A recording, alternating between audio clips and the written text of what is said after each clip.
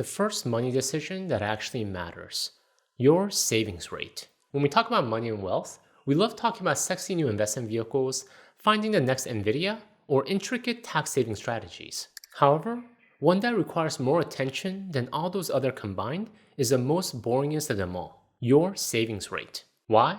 Because it is one of the only levers in personal finance that is almost entirely within your control. Investment vehicles are controlled by the financial industry. Finding the next Nvidia is almost near to impossible. And money saved via taxes? The IRS may suddenly choose to change its rules, which happens quite often. However, the gap between what you earn and what you spend, that is entirely up to you. In 2012, a blogger named Mr. Money Mustache published an article called "The Shockingly Simple Math Behind Early Retirement," and he later turned it into a talk at the World Domination Summit in Portland. Since then, not only have the articles been viewed and shared hundreds of thousands of times, the video itself has garnered more than 1.5 million views. Quite impressive for a video focused on saving money. And the reason why it has gained such popularity isn't because of Mr. Money Mustache's charisma. No, it was because he was able to express the math behind financial independence in the most ridiculously simple manner, all tied to the single concept: savings rate. Let's take a look at the table he walked people through via his article and the video. Or, as Mr. Money Mustache likes to call it, prison sentence calculator. Save 10% of your income, which, by American standards, already puts you ahead of the majority, and you're on track to work for 51 years. Which means if you started working at 22, you can meet your goal of retirement by 73. Sounds about right. Seems like the normal track for most people. However, what happens if you increase your savings rate to 20%? The number of years you have to work drops from 51 years to 37 years. So if you started working at 22, you can retire at 59. For many people, that is ahead of the curve. Technically, early retirement by all measures. But look what happens if you were to increase your savings rate to 50%. I know, probably not feasible for most people, at least sustainably, but take a look at what happens to years until retirement. It drops to roughly 17 years. Meaning if you started working, again at the age of 22, you can retire at 39. Crazy if you think about it, right? And why such dramatic differences in the number of years you have to work based on these changes in savings rates?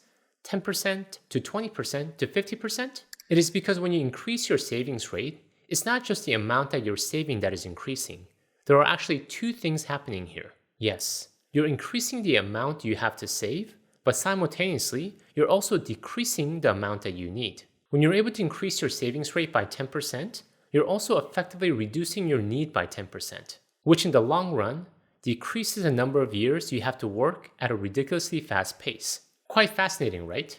Now, I'm not here to argue that we all need to immediately downsize, start eating rice and beans for breakfast, and just cancel all the joy out of our lives in the spirit of maximizing our savings rate, because that is no way to live life. Money is only an enabler, not the goal. But the principle behind the power of savings rate still stands. When you can control your savings rate, you're not only putting more money away for the future, it also forces you to instill greater discipline over your lifestyle. So if you want to take greater control over your finances, the first decision I encourage you to make today is to take control of your savings rate. It is not the man who has too little, but the man who craves more that is poor. The second money decision that actually matters: you're enough. This is a natural segue from the first decision, deciding to control your savings rate. Yes, based on Mr. Money Mustache's chart that we all saw, if you can increase your savings rate from 10% to 20% to 50%, maybe even 80%, you can quickly cut your years to retirement.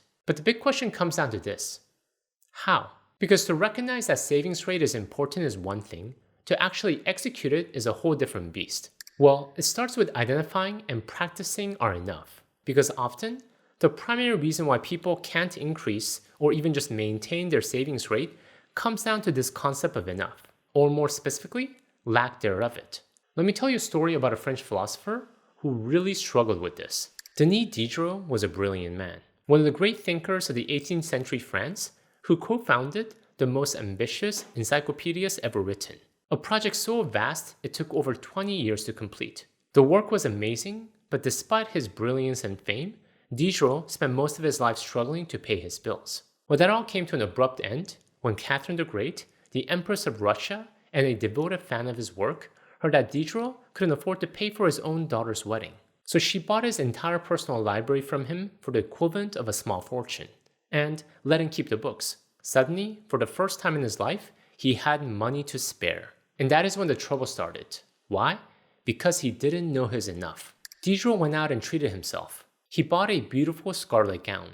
Elegant, luxurious, the finest thing he had ever owned. But the moment he put it on, something shifted. The robe was so beautiful that everything around him suddenly looked bland. His old straw chair now looked shabby, so he replaced it. Then the wooden table looked out of place next to a new chair, so he replaced that too. Then the rug, then the art on the walls, one by one, everything that had been perfectly fine the day before suddenly became inadequate. Not enough. He later wrote a famous essay about the experience. In it he said, "I was absolute master of my old dressing gown, but I have become a slave to my new one." Economists now call this the Diderot effect.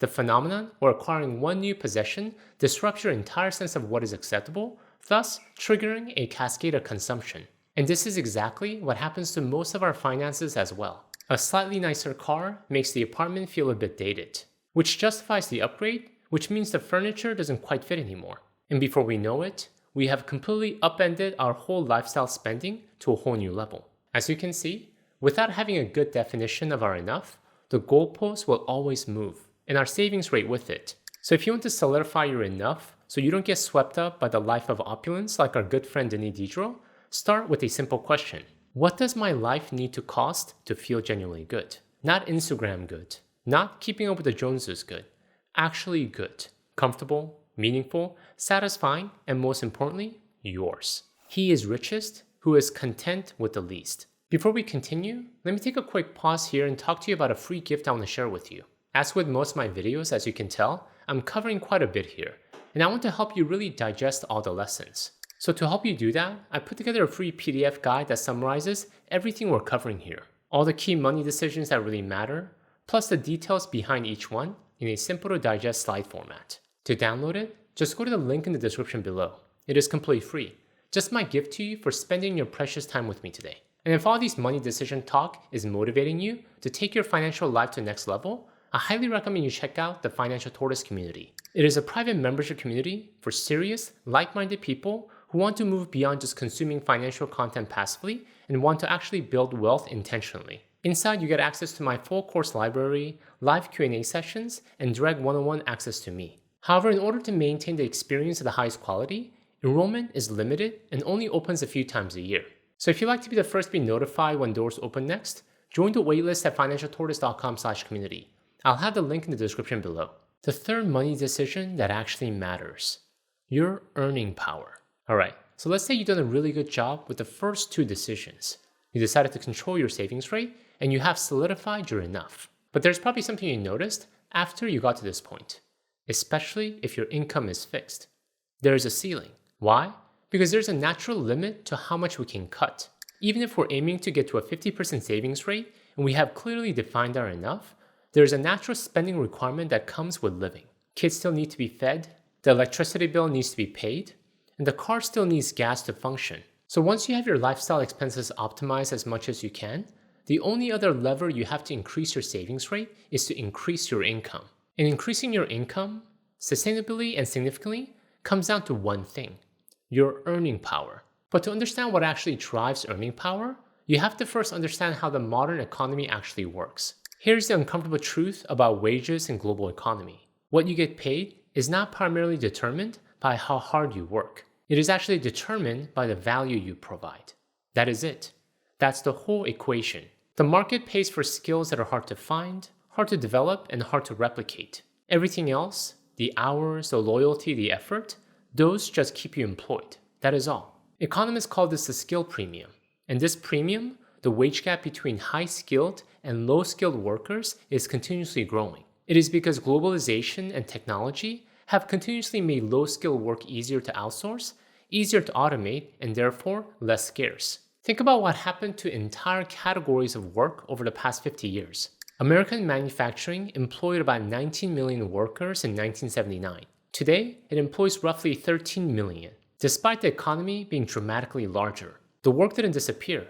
It just got moved or automated. The workers who built their entire careers around those jobs didn't do anything wrong. They showed up, they worked hard, But the skill they spent decades developing became less valuable, and the market repriced it accordingly. And in a similar way, with the wave of AI and continual new technology, change is playing out in the white-collar work world as well. Office jobs such as data entry, basic accounting, and administrative are all being outsourced or automated. So how to approach our careers, and more importantly, our earning power in this ever-changing world? Cal Newport, the author of So Good They Can't Ignore You, argues it comes down to one thing: the ability to do work that is so good, so rare, and so valuable that the market has no choice but to reward it. He calls this career capital. Skills that are hard to develop, hard to replicate, and therefore command real leverage. But I like to take this concept one step further. What is considered good career capital changes because high-value skill is not fixed.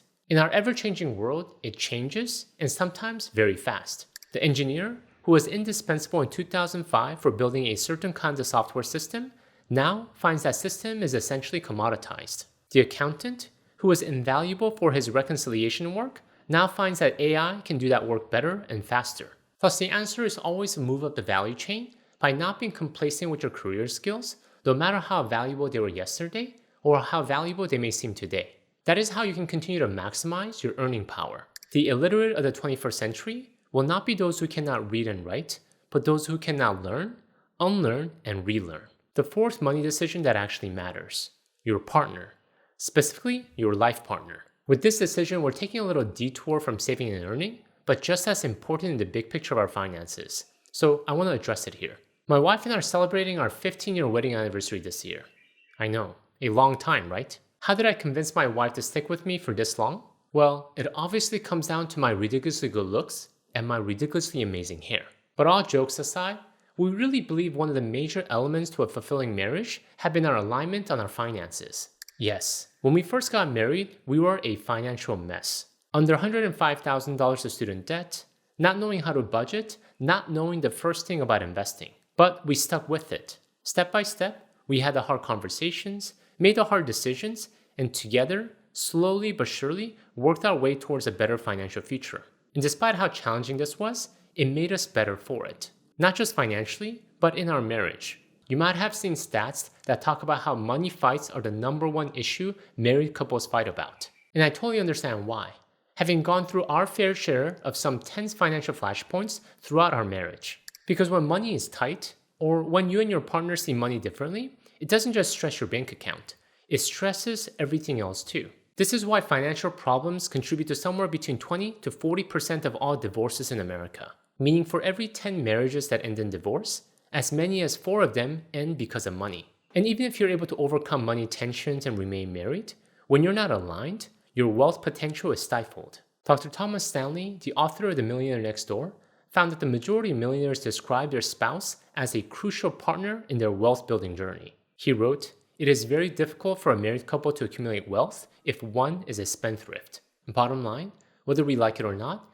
who we choose to build life with and who we choose to build finances with are intricately intertwined." So 1, if you're still in your dating phase, make sure you have the money conversation early on. You don't want to find way down the relationship road that the person you love and the person you're financially compatible with are 2 different people. And 2, if you're already married, it is never too late to start the money conversation. Just like anything, the first steps will be uncomfortable and it will take time.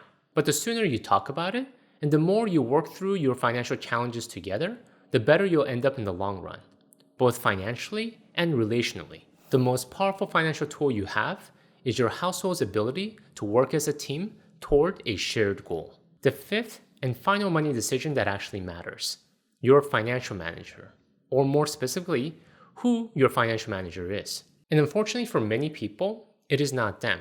Rather, it is the financial industry that is making their money decisions for them. Let me be blunt here. No one on this planet Earth will care more about your money than you will. There are tons of people within the financial industry that will say they care about their clients like they care about their own children. Merrill Lynch is famous for saying, "A tradition of trust." Edward Jones, "Making sense of investing." And Morgan Stanley, "On your side and at your side." They all, of course, sound nice and all, but the truth is that these companies, like every single other companies out there in the world, are out to make money. So when things get tight, they'll all make decisions that will benefit shareholders, not the customers. So what to do in this brutal world? I say leverage the tools that the financial industry provides to manage your money, but make sure that you're always the captain, the one making the key decisions, the ultimate household financial manager. This means when it comes to your investments, you're driving what investment vehicle your money is going into. You're not blindly accepting the default fund your employer enrolled you in. You're not handing your 401k over to someone, blindly trusting they're making the best investment decisions for you. And if you're paying someone to manage your money for you, you know exactly the services that you're receiving. Because here is a brutal number that should make every investor uncomfortable. On a $1 million portfolio growing at 8% annually, a 1% management fee over 25 years costs you roughly $1.4 million. That is right. I said $1.4 million with an M. Money that was transferred from your retirement accounts directly into the pockets of the firms managing it. Merrill Lynch's tradition of trust. Edward Jones making sense of investing. Morgan Stanley at your side. Well, if such numbers get you riled up, I have good news for you. Today, being your own financial manager has never been easier or cheaper. A simple low-cost index fund through a self-management account at Vanguard, Fidelity, Charles Schwab charges as little as 0.04% annually. And in my humble perspective, that'll be one of the best financial decisions you will make for yourself because once made and automated, it will outperform the majority of actively managed portfolios over any meaningful time horizon. Thank you guys for watching the theme of being your own financial manager. If you want to learn about the only investment portfolio you'll ever need, I think you'll find this video very helpful. Until next time, all the best.